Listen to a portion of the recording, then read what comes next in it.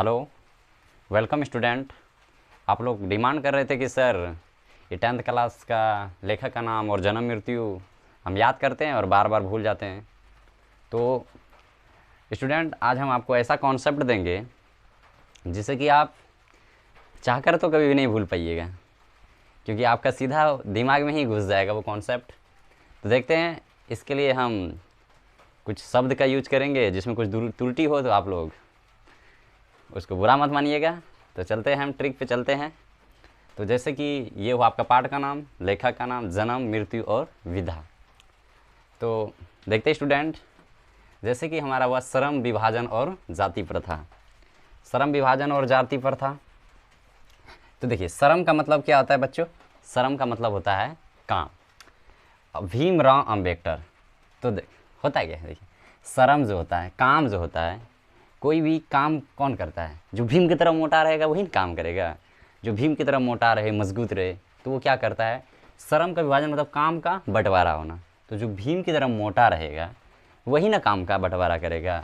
तो इसलिए हम इसको ट्रिक में रखेंगे कि श्रम विभाजन, जो भीम की तरह मोटा रहेगा वो काम का विभाजन करेगा, अर्थात श्रम का विभाजन करेगा। इसलिए क्या होगा? श्रम विभाजन। जाति प्रथा का लेखक कौन होगा? भीमराव अम्बेडकर। अब देखते हैं उनका जन्म कैसे याद रखेंगे। तो जन्म है 1891। अब 18 साल, जो 18 साल का जवान रहेगा वही ना काम का बंटवारा करेगा। अरे बूढ़ा तूढ़ा आदमी तो नहीं ना काम का बंटवारा करेगा। 1891। अब देखिए, 91 साल, उम्र 18 साल का होना चाहिए और शरीरों हट्टा कुट्टा होना चाहिए। जैसे कि 91 साल का कम से कम वजन होना चाहिए शरीर में, वही काम का बंटवारा कर सकता है। अब 10 किलो का आदमी रहेगा तो वो तो नहीं है ना काम का बंटवारा कर पाएगा। तो 91 साल का, 91 क्या होना चाहिए? 91 उसका क्या वेट होना चाहिए। अब रहा 1956। तो 56, 1900 का है 56, तो मृत्यु का हुआ 1956। एक प्रकार का क्या है? विधा है कि श्रम विभाजन जो है एक प्रकार का निबंध लिखा गया है। विधा में क्या होगा? ये एक निबंध है। तो 56 साल तक ना कोई तो भीम की तरह मोटा रहेगा। 56 ईयर के बाद क्या होगा? तो वो तो बूढ़ा अवस्था में जाने लगेगा। इसलिए मृत्यु हम रखेंगे 1956। नेक्स्ट देखते हैं 20 के दांत। 20 के दांत है हमारा नलिनी विलोचन शर्मा। अब देखिए, 20 के दांत नलिनी विलोचन शर्मा। तो नलिनी विलोचन शर्मा जी हम कैसे याद रखेंगे? तो 20 के तो दांते होता है। 20 के दांत, विषधर वाला जो सांप होता है नलिये में न रहता है। तो विषधर वाला जो सांप नली में इधर उधर रहता है, गंदा कूड़ा करकट में रहता है, तो हम 20 के दांत नलिनी विलोचन शर्मा रखेंगे। अब इसका हम जन्म कैसे याद रखेंगे? तो जन्म याद रखने के लिए स्टूडेंट क्या याद रखेंगे इसमें ट्रिक?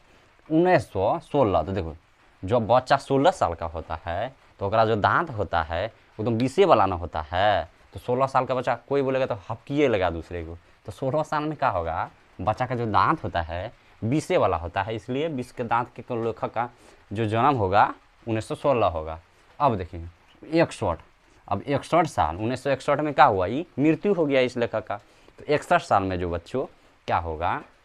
ये जो कहानी है 20 का दांत कहानी है, इसमें जो खोखा खोखा के बारे में बताया गया है। तो 1961, 61 साल के बाद किसी का भी दांत क्या होता है? झड़ जाता है। तो 61 साल में दांत झड़ गया।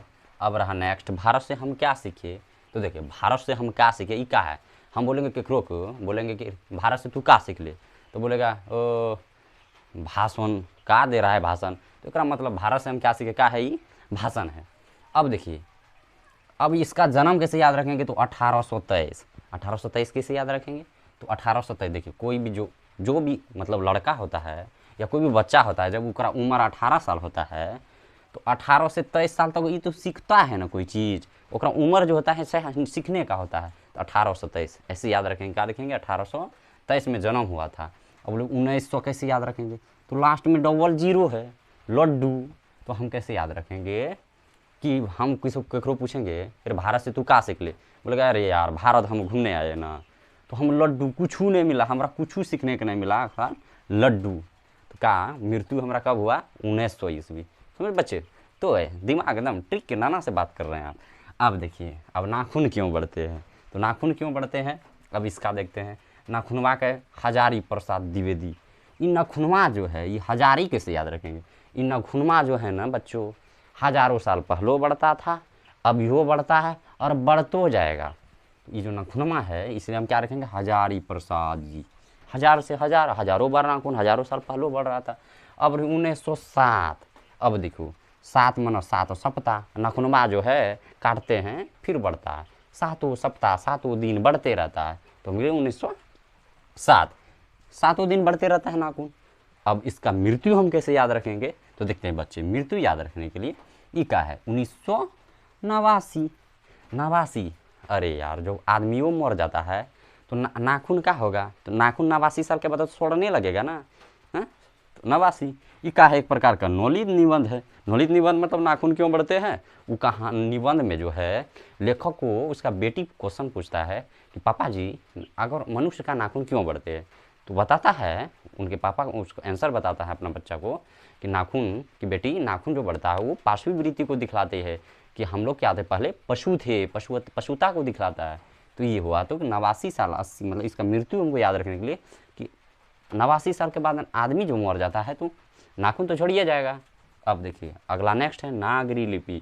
अब नागरी लिपि देखिए कैसे याद रखेंगे, तो गुणाकार मूल्य। अब गुणाकार मूल्य कैसे याद रखेंगे, तो गुणाकार मूल्य देखिए कैसे याद रखेंगे, तो नागरी लिपि, देखिए नागरी लिपि जो है कैसे याद रखेंगे, तो गुणाकार मूल्य। देखिए तो गुणाकार मूल्य हम कैसे याद रखेंगे, तो नगर में जो है, नगर जो है उस शहर से तो नगर जो है गांव से कितना बढ़िया होता है, तो गुण होता है नगर, गुना, तो नगर जो है, नगर जो है वो गुण वाला होता है, गांव से तो गुण होता है उसमें, नगर में क्वालिटी होता है, तो कोई गुना होता है नगर में अच्छा, सब आदमी नगर की ओर भागता है, तो इसलिए हम क्या लिखे नागरी लिपि गुणाकार मूल्य था, गुना मतलब उसमें गुण होता है। अब याद रखिए 1935, तो हम बोलेंगे कि गांव से शहर कितना गुना, 1 गुना 2 गुना, नहीं नहीं नहीं, गुना जो है 35 गुना बढ़िया होता है। गांव से शहर कितना होता है, 35 गुना, काहे कि वहाँ सब कुछ संभव है, शहर में सब कुछ मिल जाता है, तो ये हुआ गुणाकार मूल्य। अब लोग 2009 कैसे याद रखेंगे, तो 2009 ये 35 में क्या हुआ था, जन्म हुआ था, और 2009 में क्या हुआ, मृत्यु हो गया। 2009 में क्या हुआ, मृत्यु। अब नेक्स्ट है बच्चों बहादुर। अब बहादुर कैसे याद रखेंगे, तो जो बहादुर बच्चा होता है या जो आदमी बहादुर होता है वो क्या होता है, या राजा भी जो बहादुर होता है वो अमर हो जाता है, तो क्या होगा बच्चों, अमर हो जाएगा। तो अमरकांत, लेखक का नाम अमरकांत। अब देखो 1925 याद रखेंगे, तो कैसे याद रखेंगे, 25 या 14, तो देखिए अमर जो है इस दोनों का ईस्वी सन जोड़िए, 25 से 14 तक में कितना साल होता है, कम से कम हो गया आपका, देखिए इधर 75 साल और इधर 14 साल, हो गया आपका 89 साल। जो 89 साल कोई भी आदमी बचेगा तो बूढ़ो बचेगा, तो मतलब बोलेगा कि साला बूढ़ा अमर हो रहा है न, तो क्या हुआ 89 साल, इसलिए अमरकांत ज़्यादा 25 से 2014 तक तो अमरकांत। अब नेक्स्ट है परंपरा का मूल्यांकन, तो रामविलास शर्मा। इसको कैसे याद रखेंगे, इसको याद रखने के लिए यहाँ क्या है 1912, यहाँ परंपरा का मूल्यांकन हो रहा है, तो परंपरा का मूल्यांकन पहले कौन करता था, ईश्वर राम भगवान करते थे, तो राम भगवान से ही परंपरा शुरू से चले आए हैं, इसलिए परंपरा का मूल्यांकन का क्या होगा, तो हमारा रामविलास शर्मा हो जाएगा। नेक्स्ट है हमारा जीत जीत में निरखत हूँ। जीत जीत में निरखत हूँ का क्या होगा, बिरजू महाराज।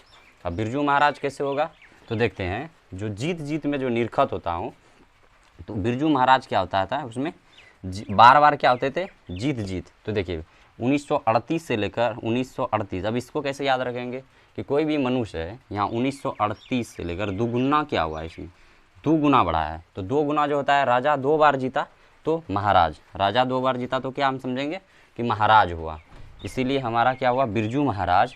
इसमें ईस्वी सन देंगे 2 बार 1938, तो बिरजू महाराज जीत जीत में मेरा क्या है, निरखत है। अगला है अवनियो। अवनियो का क्या मानेंगे, अशोक वाजपेयी। अवनियो मेरा क्या था, ये ललित निबंध था। तो अवनियो जो है जगह का नाम था घूमने का, जो कि दक्षिण फ्रांस में स्थित है, तो वहाँ हम समझेंगे कि राजा अशोक गया था दक्षिण फ्रांस घूमने के लिए, तो हम अशोक याद रखेंगे। नेक्स्ट है मछली कहानी। तो मछली कहानी का क्या है, विनोद कुमार शुक्ल। विनोद कुमार शुक्ल। अब इसको कैसे याद रखेंगे, तो मछली कहानी विनोद कुमार शुक्ल हम कैसे याद रखेंगे, तो मछली देखिए, मछली जब हम खरीदने जाते हैं तो 150 रुपया किलो से कम नहीं मिलता है। तो पहले देखिए, तो पहले हम पैसा देना पड़ता है मछली खाने, मछली हम खरीदेंगे तो बिना पैसा का तो मछली देगा नहीं, तो हमको शुल्क तो कुछ लगेगा ना। इसलिए हमारा मछली कहानी का लेखक कौन हो गया, विनोद कुमार शुक्ल। अब इसका हम ये जन्म कैसे याद करेंगे, जन्म है मेरा 1937। अब 1937 हमको कैसे याद रखेंगे, तो देखिए मछली जो है जब हम खरीदने जाते हैं तो 150 रुपया किलो, तो पाव भर मछली का दाम कितना हुआ, 37 रुपया कुछ पैसा हुआ, तो हम 37 रुपया ही मान लेते हैं। इसलिए क्या हुआ, मेरा मछली कहानी का जन्म 1937 लेखक का।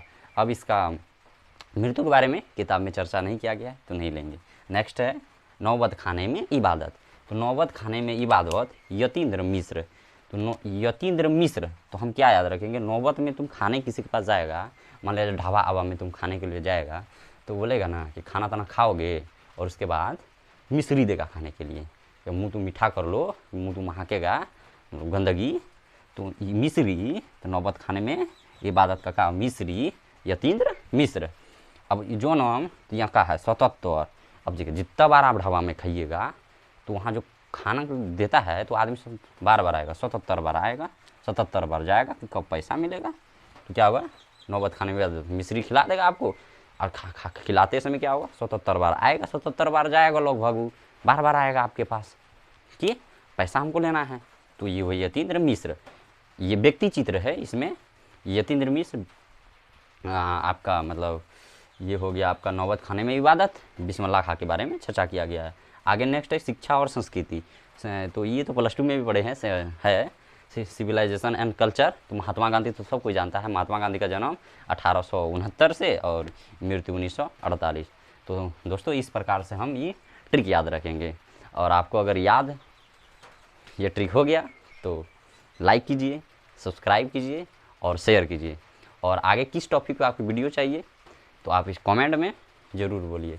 तो ये आप ट्रिक को 1 बार 2 बार वीडियो को दोहराते रहिए, आपको याद हो जाएगा।